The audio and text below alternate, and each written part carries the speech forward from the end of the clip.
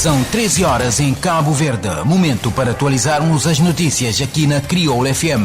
Crioula News. Muito boa tarde, caros ouvintes. Começa agora a Crioula News e vamos às manchetes que marcam a atualidade desta terça-feira. Crioula News. Títulos. Ministério Público ordena a detenção de suspeito de crime sexual contra enteada. Delegação do ICA do Fogo registrou nos próximos 4 meses de 2022 um total de 14 casos de abuso sexual.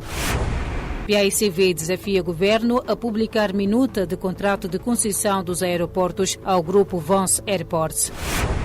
Vice-primeiro-ministro diz que não houve redução do orçamento de funcionamento da Presidência da República em 2022. Cabo submarino Ela-Link já está em funcionamento. Rússia mantém 2.500 prisioneiros da fábrica de Azovstal. Esperança de Calheta vence Benfica de Santa Cruz e conquista a taça regional. Crioula News. Sociedade. O Ministério Público ordenou a detenção fora de flagrante delito de um homem de 36 anos de idade por crime de abuso sexual de crianças. Em comunicado, o Ministério Público explica que últimos fatos teriam ocorrido no primeiro trimestre do corrente ano e foram perpetrados contra a sua enteada de 13 anos.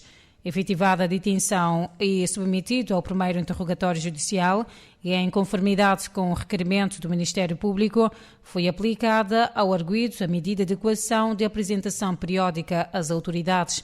O referido processo, que continua em investigação, permanece em segredo de justiça. A delegação do Instituto Cabo-Verdiano da Criança e do Adolescente da Ilha do Fogo registrou nos primeiros 4 meses de 2022 um total de 14 casos de abuso sexual de menores, resultando em 5 situações de gravidez precoce. Os dados, segundo a delegada do ICA, Samira Teixeira, a maioria envolve adolescentes com idade entre 13 e 17 anos, 12 casos, resultando em 5 casos de gravidez e os demais casos em crianças de 0 a 3 anos, 1 caso, e dos 4 aos 6 anos, 1 caso. Já no ano de 2021, a delegada do ICA avançou que esta instituição teve conhecimento de 52 casos de abuso sexual, dos quais metade das vítimas tinham idade entre 13 e 17 anos, 26 casos, 21 casos na faixa etária dos 7 aos 12 anos e 5 casos em crianças de 4 a 6 anos. A maior parte dos casos são denunciados pelos serviços ligados à saúde reprodutiva, seguido de escolas e pelos próprios pais, sobretudo os casos envolvendo crianças. Samira Teixeira avançou que, ultimamente, o abuso sexual não é apenas contra crianças e adolescentes do sexo feminino e já começaram a surgir casos em que as vítimas são do sexo masculino, apontando que o ICA registrou 2 casos, sendo um numa criança na faixa etária dos 0 aos 3 anos e outro na faixa etária dos 4 a 6 anos. Os dados, segundo a mesma, referem aos casos que chegaram ao conhecimento do ICA, mas acredita que existem outros casos que não são denunciados. A primeira providência do ICA, ao tomar conhecimento dos casos, explicou a delegada, é chamar os pais para uma conversa, salientando que, na maioria das vezes, as vítimas, sobretudo as adolescentes, vão acompanhadas das mães que consideram a situação normal pelo fato de terem passado por situação semelhante. Samira Teixeira salientou que, na maioria dos casos, os agressores são membros da família ou pessoas próximas em que os pais depositam excesso de confiança para a guarda dos filhos. A secretária de Estado da Inclusão Social, Lídia Lima, que participou da conversa, defendeu a necessidade de se refletir seriamente sobre a implementação de projetos e respostas para melhorar a atuação na área da infância. Para Lídia Lima, tem-se verificado um aumento de casos e é preciso mudar de postura e a mentalidade da população, sobretudo em termos de responsabilização familiar, que tem um papel fundamental na educação dos filhos, na prevenção de surgimento de problemas como de violação, que, segundo a mesma, pode ser prevenida e efetivada pelas famílias, cabendo ao Estado o papel de ajudar a família a proteger e acompanhar os filhos. Momento agora para os dados de Covid-19. O Ministério da Saúde notificou mais 34 casos de Covid-19 e 45 recuperados nas últimas 24 horas. Com esses casos, a taxa de positividade a nível nacional é de 14,2%. Neste momento, o país conta com um total de 244 casos ativos, 55.892 recuperados, 402 óbitos, por fazer um total de 56.590 casos positivos acumulados. Crioula News Política. O líder João Batista Pereira, do grupo parlamentar do PAICV, debateu esta segunda-feira com a sociedade a problemática dos limites das privatizações, sobretudo de infraestruturas estruturante para o desenvolvimento de um Estado pequeno e insular como Cabo Verde, sem qualquer fronteira com outro país. O líder dos parlamentares do PAICV explicou que se pretende, com esta iniciativa, debater qual o procedimento que melhor pode acautelar os interesses públicos nacionais, ressaltando que o governo, ao optar por ajuste direto, não está a acautelar da melhor maneira. Ora, nós pretendemos debater com a sociedade, portanto, numa jornada aberta, o que a sociedade acha sobre esta agenda de privatização do governo. Uma questão fundamental que se coloca relativamente às privatizações, não há dúvida que as privatizações têm, do ponto de vista teórico, portanto, vantagens, não é? Tem vantagens para, enfim, permitir melhorar a competitividade da economia, incentivar a inovação tecnológica e reduzir o risco fiscal. Porém, nós também devemos ter em conta algumas precauções que devemos tomar. E o que queremos debater com a sociedade é, do ponto de vista das precauções, em primeiro lugar, saber se existem ou não limites à privatização. Não é? Até onde pode ir, digamos, a matéria de privatizações, um Estado pequeno, insular como o Cabo Verde, que não tem fronteiras com qualquer outro país.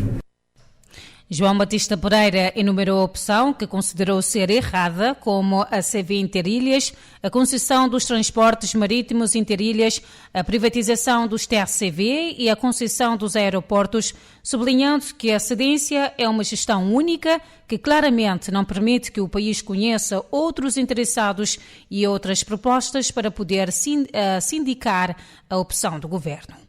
O governo opta pelo ajuste direto. É evidente que, a nosso ver, não está a cautelar de melhor maneira e nós temos provas sobejas em como esta opção é errada. Estamos a ver a questão da CV Interilhas, a ligação, a concessão do transporte marítimo Interilhas, estamos a ver a questão da privatização dos TACV, na verdade que voltou a ser novamente renacionalizada, e agora temos a questão dos aeroportos. Portanto, o ajuste direto claramente digamos, é uma opção única que não permite a concorrência, não permite, portanto, que o país conheça outros interessados e outras propostas e poder, na verdade, sindicar a opção do governo. O mesmo mostrou-se preocupado pelo fato dos portos Eletra, Improfac e CV Telecom seguirem na lista das privatizações que atingem até a Escola de Hotelaria e Turismo de Cabo Verde. Ainda sobre a privatização das empresas em Cabo Verde, o deputado nacional do PAICV pelo Círculo do Sal, Demis Almeida, desafiou ao governo a publicar a minuta de contrato de concessão dos aeroportos ao grupo Vance Airports, estranhando o secretismo em torno deste processo. Demis Almeida lançou este repto durante uma conferência de imprensa para fazer o balanço da sua visita ao Círculo do Sal. Nós não percebemos porque que, depois da publicação do Decreto-Lei de concessão dos aeroportos, desde o dia 4 de maio, depois de 5 conselhos de ministros, e obrigando a lei a que simultaneamente houvesse a publicação da minuta do contrato de concessão, não é? E depois do pedido do Sr. Presidente da República de se publicar todas as peças deste processo de concessão, não percebemos porque é que a minuta do contrato ainda não foi publicada. A minuta do contrato de concessão. Porque é que não foi publicado a proposta vinculativa da Vinci, a avaliação desta proposta vinculativa, o relatório de avaliação da equipa técnica, o caderno de encargos. Portanto, não se percebe o secretismo em torno deste processo de concessão, não é? O que põe em causa a transparência do processo e as condições para a defesa do interesse nacional. Segundo Demis Almeida, os trabalhadores da Empresa Nacional de Segurança Aérea têm neste momento um sentimento de grande ansiedade e preocupação associados à grande falta de informação sobre o processo de concessão dos aeroportos ao grupo VANS Airports. O que podemos dizer a título de balanço é que, relativamente à questão da concessão dos aeroportos, tivemos a oportunidade de visitar, sermos recebidos pelo Conselho de Administração da ASA, pela direção do aeroporto do Sal, visitar o aeroporto do Sal, visitar os seus serviços e contactar os trabalhadores do aeroporto do Sal.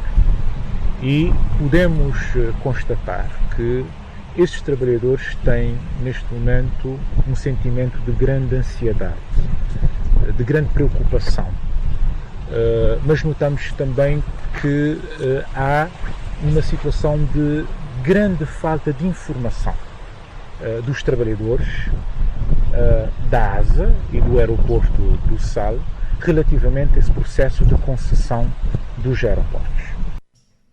Conta em tom de inquietação que dos 460 trabalhadores da ASA, cerca de 306, uma média de 70%, deixarão de ser trabalhadores desta empresa, passando a ser trabalhadores da Cabo Verde Airports. Devemos ter em consideração que dos cerca de 460 trabalhadores da ASA, cerca de 306, portanto, uma média de 70% destes trabalhadores deixarão de ser trabalhadores da ASA e passarão a ser trabalhadores da Cabo Verde Airports. Portanto, é um número muito significativo de trabalhadores e, portanto, já era tempo dos trabalhadores da ASA terem informação sobre esse processo. Neste quesito, Demis Almeida faz um forte apelo ao Governo no sentido de cumprir a lei, a mandar publicar o mais urgentemente quanto possível, conforme referiu a minuta de concessão dos aeroportos ao grupo VANS Airports. Sobre a situação em que se encontra a Ilha do Sal, Demis Almeida afirmou que a ilha tem situações não de pobreza, mas de extrema miséria e apela uma atenção especial do Governo às ilhas turísticas. O vice-primeiro-ministro disse que não é verdade que houve redução do orçamento da Presidência da República, adiantando inclusive que houve um acréscimo dos valores para o funcionamento e despesas correntes em 2022 face a 2021. Olavo Correia, que falava aos jornalistas à margem da cerimónia, que marca a entrada em funcionamento do cabo submarino Ela Link, explicou que os cortes registados dizem respeito ao orçamento de investimento, já que ficaram concluídas as obras da residência oficial. O vice-primeiro-ministro indicou que em 2020 e 2021 o governo teve de fazer poupança de quase 4 milhões de contos e que todos os órgãos da soberania foram impactados por esse esforço de contenção orçamental. Ainda assim, adiantou que em relação às despesas de funcionamento e das despesas correntes, houve um aumento no orçamento da Presidência da República de 2022 em relação a 2021. Em relação às viagens, adiantou que quase houve uma triplicação do valor. Olavo Correia, que é também ministro das Finanças, adiantou que o Executivo está aberto para, num quadro de serenidade e bom relacionamento institucional, dialogar com os demais órgãos da soberania para encontrarem as melhores soluções que dignifiquem a imagem e bom nome da República de Cabo Verde. E neste contexto pandémico, de crise climática e da guerra na Ucrânia, disse que todos são convocados a um dever de responsabilidade orçamental.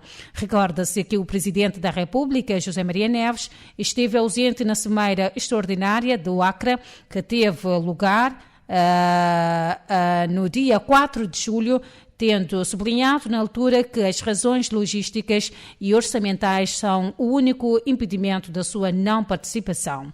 Perante este corte, assegurou que a Presidência está a reprogramar todo o trabalho a nível das ilhas e internacional, tendo em conta as fortes restrições orçamentais da Presidência da República. Crioula News, Economia.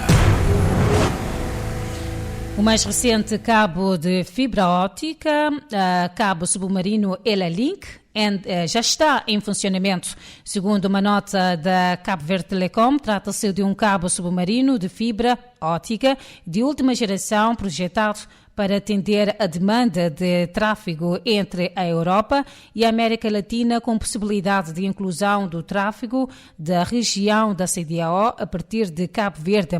A entrada em funcionamento do Ela-Link representa um investimento que ronda os 30 milhões de dólares, sendo 25 milhões para o cabo e 5 milhões para a construção da estação, um financiamento que a Cabo Verde Telecom conseguiu mobilizar junto do Banco Europeu de Investimento.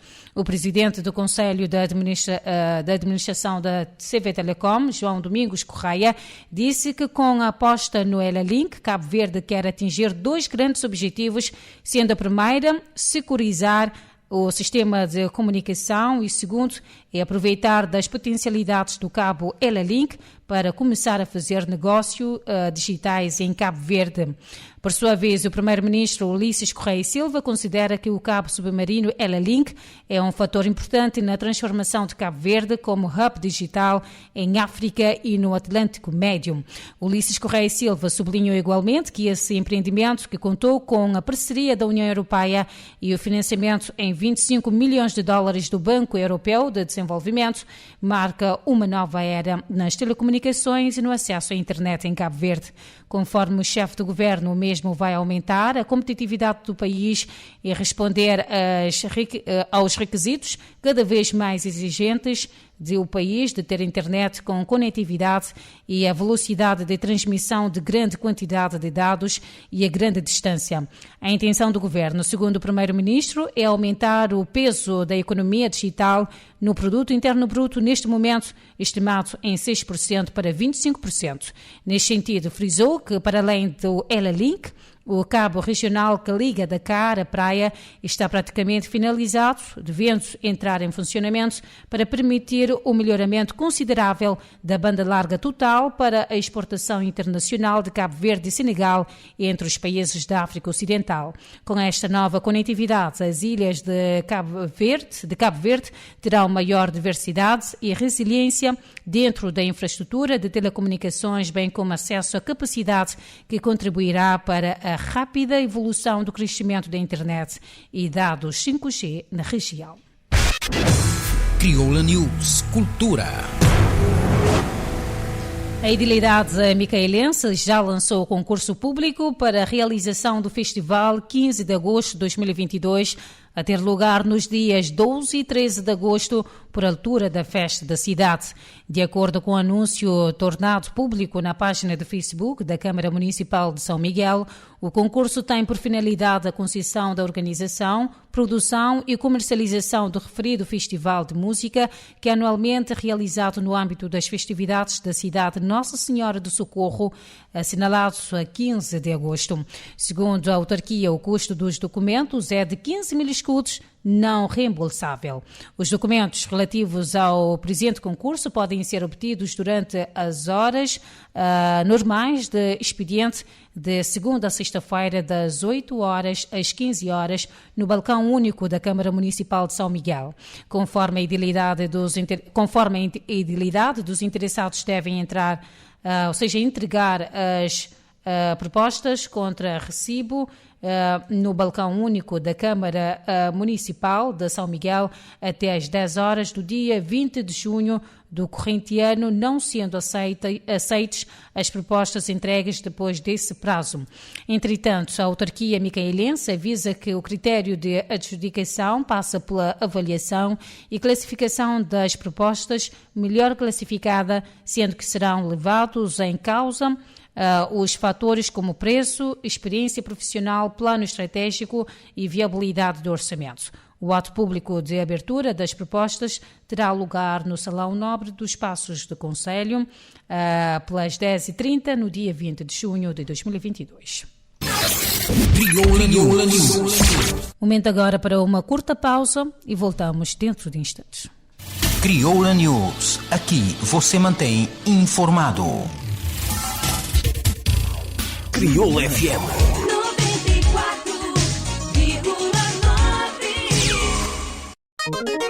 Já buscaste o aplicativo de Crioula FM?